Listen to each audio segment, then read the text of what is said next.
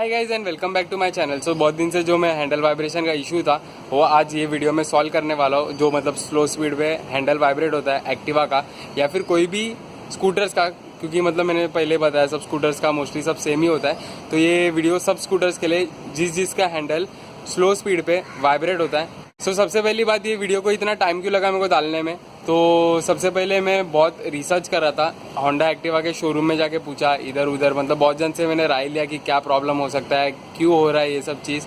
तो उसके बाद मेरे को इसका एक सोल्यूशन पता चला। बहुत जन ने वो वीडियो पे बहुत सारा कमेंट देखा। मैंने बोला अरे बाप रे, इतने सारे जन को हैंडल वाइब्रेशन का इशू आ रहा है। मेरे को लगा कि मेरे को ही आ रहा होगा या कम से कम 10 लोग कम से कम। तो मेरे को लगा कि ये वीडियो बहुत बनाना ज़रूरी है। तो मैंने बहुत अच्छे से रिसर्च किया कि बाद में आपको कभी ये प्रॉब्लम आएगा नहीं। और ये हैंडल वाइब्रेशन के इशू के साथ ही अगर जिसका पिकअप बहुत स्लो हो गया है, मतलब टाइम टू टाइम थोड़ा, मतलब 1 महीने के बाद पिकअप बहुत स्लो लग रहा है, तो वो भी मैं सॉल्व करने वाला हूँ ये वीडियो में। सो अभी वीडियो आगे देखते रहो, मैं आपका उसको सोल्यूशन बताते रहूँगा। So let's start with the video. So ये अपना स्कूटर है होंडा एक्टिवा। सो अभी ये जो पार्ट है ये पूरा क्लच और गियर बॉक्स का पार्ट है। मतलब ये पूरा गियर बॉक्स है और ये इंजन है। ये इंजन होता है और ये गियर बॉक्स होता है। तो अभी प्रॉब्लम क्या है, इंजन सिर्फ पावर देता है टायर्स को, मतलब डायरेक्ट व्हील्स पे नहीं देता है, वो गियर बॉक्स पे देता है पहले। सो मैं आपको पहले एक डायग्राम बता देता हूँ जिससे आपको मतलब एकदम अच्छे से समझ जाएगा कि प्रॉब्लम क्या हो रहा है आपके स्कूटर में और आपका स्कूटर हैंडल वाइब्रेशन क्यों दे रहा है स्लो स्पीड पे।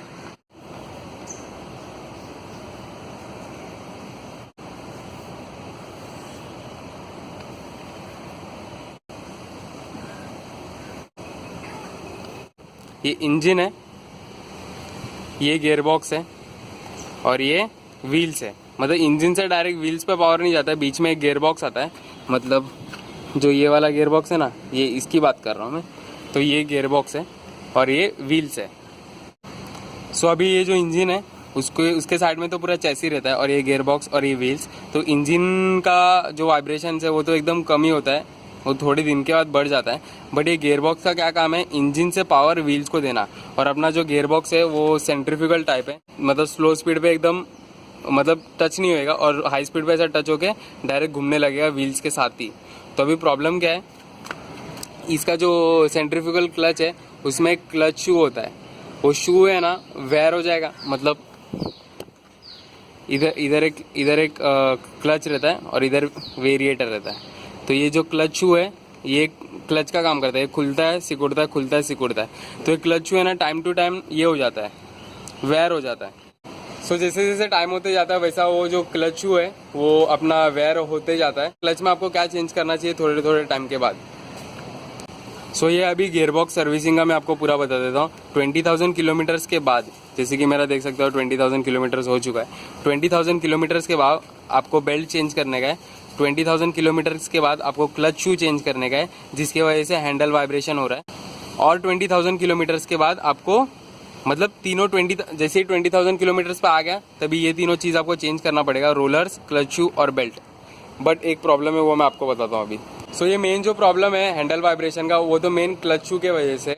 मतलब ये क्लच शू ज़रूरी नहीं कि आपका 20,000 किलोमीटर्स के बाद ही वेयर हो। जैसा आपका ब्रेक लाइनर होता है वैसे ही वो सेम क्लच शू भी होता है। सो अभी ये रीज़न क्या है, मतलब ये आता क्यों एक हैंडल वाइब्रेशन मोस्टली एक्टिवा में क्यों आता है या फिर जुपिटर में क्यों नहीं आता, इसमें क्यों नहीं आता है, मैं आपको रीज़न बता देता हूँ। अभी सभी लोग का एकदम ड्राइविंग स्टाइल अलग होता है। कोई 40 पे चलाता है, कोई 80 पे चलाता है, किसको एकदम हाई एक्सेलरेशन ज़्यादा पसंद है, किसको एकदम आराम से चलाने का ज़्यादा पसंद है, कोई ट्रिपल सीट चलाता है जिसके वजह से लोड आता है इंजन पे नहीं, मतलब क्लच पे ही मेन लोड आता है। कोई लोग मतलब एक्टिवा न्यू लेते हैं, वो लोग क्या पहले बाइक होता है तो वो लोग क्लच यूज़ करते थे, तो लोग ब्रेक भी दबाते और एक्सीलेटर भी दबाते। Main reason clutch shoe wear होने का यही है, ब्रेक भी दबाते एक्सीलेटर भी दबाते। तो ये चीज़ नहीं करना चाहिए कभी, इससे जल्दी वेयर होता है और इसकी वजह से हैंडल वाइब्रेशन का इशू आता है। सो अभी ये जो क्लच है पूरा ये निकालने के बाद ये किक तो ऐसे डायरेक्ट ये नट से निकल जाता है, ये नट निकालने के बाद डायरेक्ट किक निकल जाता है। निकालने के लिए मेरे पास है सामान, लेकिन अंदर निकालने के बाद अंदर वो जो रहता है उसका वो क्लच, उसको निकालने के लिए मेरे पास कोई इंस्ट्रूमेंट नहीं है। तो अभी क्या करेंगे, अभी अपन क्या करेंगे कि इधर एक बाजू में ही जस्ट एक गैरेज है, मतलब थोड़ा 5 मिनट की दूरी है, तो उधर जाके खोलेंगे, बाद में चेक करेंगे कि क्या क्या वेयर हुआ है, मतलब 20,000 किलोमीटर हो गया, मेरे को बेल्ट भी चेंज करना पड़ेगा या नहीं, तो वो सब देखना पड़ेगा मेरे को कि बेल्ट चेंज करने का है कि क्या चेंज करने का है। क्लच शू, बेल्ट और रोलर वेट्स, मतलब वो क्लच के जो रोलर वेट्स होते हैं वो तीनों में से क्या चेंज करना है, तो वही देखेंगे अभी। सो ही मेरा पिकअप में भी बहुत इशू आ रहा है, पिकअप भी बराबर पकड़ रहा नहीं है, शायद क्लच शू का ही प्रॉब्लम होगा, अभी देखना पड़ेगा कि क्या प्रॉब्लम है। सो लेट्स गो एंड सी कि मतलब क्या वेयर हुआ है, क्या चेंज करना पड़ेगा क्लच सेक्शन में। सो गाइस अभी गैरेज जाके आ चुके हैं हम लोग, शायद गैरेज का वीडियो शूट नहीं हुआ क्योंकि पता नहीं कुछ सेव नहीं हो रहा है। सो अभी तो भी मैंने अभी गाड़ी खोल दिया है और आपको बताता हूँ कि ये क्लच कैसे खोलते हैं और क्या करना चाहिए। So let me show. पता नहीं किस कारण से सेव नहीं हुआ, पता नहीं सेव ही नहीं हो रहा था। सो ये क्लच का जो कवर है ऊपर का, वो खोलने के लिए पहले किक निकाल, उसके बाद ये एक नट, फिर इधर नीचे ऐसे टाइप के ये नट, ऐसे 2-3 नट, बहुत सारे नट है ऐसा साइड साइड में, जिससे ये क्लच कवर खुल जाएगा। और फिर क्लच कवर खुलने के बाद क्या करना है वो मैं आपको बताता हूँ। सो गाइस अभी मैं गैरेज गया था, गैरेज में मैंने जाके चेक किया, उसने बोला कि बेल्ट एकदम ठीक था, मतलब उसने बोला कि 20,000 किलोमीटर्स में चेंज तो करना चाहिए, बट बेल्ट ठीक था तो अभी चेंज करने की फ़िलहाल ज़रूरत नहीं है। तो बेल्ट ठीक था एकदम, क्लच शू भी ठीक था और जो रोलर वेट्स बोलते हैं वो भी ठीक था, सब चेक किया, सब ठीक था। बस प्रॉब्लम क्यों आ रहा था वो मैं आपको बता। सो अभी जो क्लच कवर होता है वो कवर इनफ नहीं होता है कि डस्ट अंदर जाने के लिए, तो डस्ट अंदर चले जाता है कुछ कोई भी कारण से। जुपिटर का थोड़ा अलग रहेगा, दूसरे स्कूटर्स का थोड़ा अलग रहेगा, एक्टिवा का थोड़ा अलग है। तो अंदर डस्ट था क्लच शू पे, तो उसने डस्ट ज़रा क्लीन किया, मतलब पूरा क्लच क्लीन किया। सो जैसे अपन लाइनर क्लीन करते हैं एकदम सैंड पेपर से घस के, वैसे ही क्लच शू भी क्लीन करने का होता है। सो अगर आपको भी सेम प्रॉब्लम आता रहेगा, हैंडल वाइब्रेशन लो स्पीड पे और पिकअप भी एकदम कम हो गया रहेगा, मतलब बराबर चल रहा नहीं होगा, तो आपका जाइए और क्लच क्लीन कर दीजिए, क्लच क्लीन हो जाएगा। उसके बाद थोड़ा मतलब अच्छे से चलेगा। और अगर आपको चाहिए तो 20,000 किलोमीटर पे आप जो मैंने बताया वो चेंज कर सकते हैं, बट एक बार चेक कर लो कि वो ख़राब हुआ है या नहीं हुआ है। नहीं हुआ है तो रहने दो, 25 पे कर लो, 22 पे कर लो, ऐसा कुछ प्रॉब्लम नहीं है। और एक बात, आप कभी सोच के देखो कि मतलब कभी आपने क्लच क्लीन किया है या नहीं। मतलब समझो अभी तो मेरा अभी मैं खुद सर्विसिंग करता हूँ, तो अभी जो आप बाहर सर्विसिंग के लिए देते हो, तो अभी आप खुद सोच के देखो कि बाहर जब आप सर्विसिंग को देते हो तभी आप एक बार भी क्लच क्लीन करवाते हो या नहीं करवाते। तो मोस्टली तो लोग तो नहीं करवाते क्योंकि सर्विस सेंटर में कभी कभी कराते हैं, सर्विस सेंटर का भी आप अपन आँख से देखते नहीं तो आपको पता नहीं है।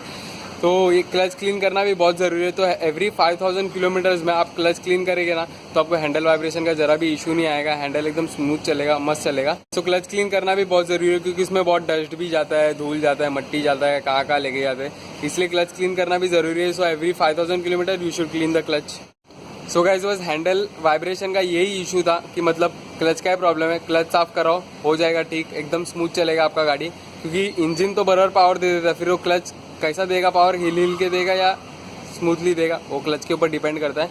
सो क्लच क्लीन करो एवरी 5,000 किलोमीटर। एक टिप, ये जो हाइड्रोलिक सस्पेंशन वाले लोग के लिए, मतलब एविएटर, जुपिटर, माइस्ट्रो, जो लोग सब में हाइड्रोलिक सस्पेंशन होता है, इसमें तो मतलब ये सादा नॉर्मल डैम्परिंग सस्पेंशन है। वो जो मतलब टेलीस्कोपिक सस्पेंशन होता है उसमें वो लोग को क्या करना चाहिए, एवरी 20,000 किलोमीटर्स में वो जो ऑयल होता है टेलीस्कोपिक सस्पेंशन का, वो मतलब चेंज कर देना चाहिए, तो और अच्छे से चलेगा।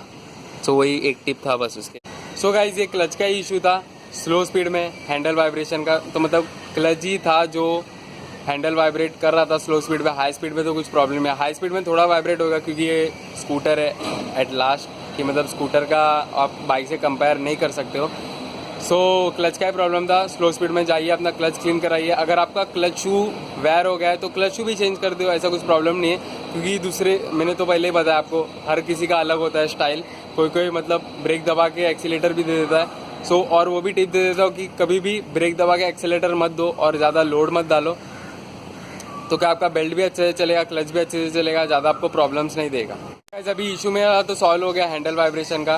तो बस वही, आप कोई भी स्कूटर्स के लिए सब सेम है, क्लच क्लीन कराओ। सो गाइस ये जो क्लच क्लीनिंग का काम है ये आप कोई भी मैकेनिक के पास जाके कर सकते हो, 100 से लेके 150 रुपये में लेगा, क्योंकि सिर्फ क्लच निकालना है और लगाना है और बस क्लीन करके वापस से लगाना है। तो ज़्यादा पैसा नहीं लेगा, 150-200 के बीच में ही लेगा एकदम। और अगर आपको चेंज करना होगा तो बेल्ट कम से कम आपको 400 रुपये का बेल्ट आ जाएगा, 300 से लेके 400 तक का बेल्ट आएगा। और रोलर बेरिंग आएगा आपको 200 से लेके 250 रुपये के बीच में। और आपको क्लच शू आएगा 750-800 रुपये के बीच में, क्योंकि क्लच शू महंगा होता है और क्लच शू इतना जल्दी जाएगा नहीं आपका। बस एक बार चेक कराओ, अगर गया होगा तो चेंज करा लो, बस बस चेक करा के डायरेक्ट मत करो, अगर रहेगा तो मत चेंज कराना, अगर खत्म हो गया रहेगा वो क्लच शू तो चेंज करा देना। सो गाइस, बहुत जन ने ये भी बोला है कि ये जो प्रॉब्लम है हैंडल वाइब्रेशन का वो सिर्फ सुबह भी आता है, सिर्फ सुबह ही आता है, कोई लोगों को सिर्फ सुबह ही आता है। तो सुबह के लिए एक बताता हूँ मैं सोल्यूशन। तो सुबह क्या करना चाहिए, आफ्टर मतलब चाबी लगाओ, फिर एक चोक चालू करना, फिर किक निकाल के एक किक मारो, चालू रहने दो और थोड़ा देर इंजन को गर्म होने दो अच्छे से। मतलब क्या, थोड़ा इंजन गर्म हो जाएगा ना तो एकदम प्रॉपर लेवल पे आ जाएगा। अगर इंजन थोड़ा मतलब सुबह तो नॉर्मल ये इंजन एकदम ठंडा रहता है, थोड़ा रेस दो, फिर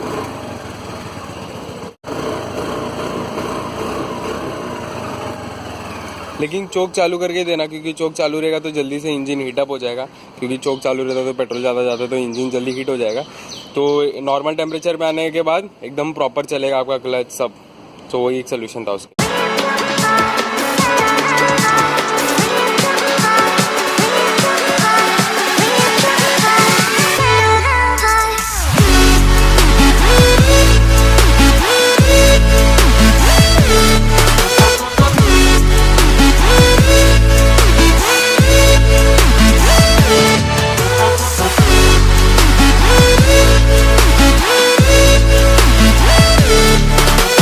हैंडल वाइब्रेशन का इशू तो सॉल्व हो चुका है। सो आज के लिए बस इतना ही। Thank you for watching this video guys. Hope you guys see in my next video and do watch you love. Till then stay tuned and do subscribe to my channel and don't forget to like this video. Take care and wait for my next video. Bye.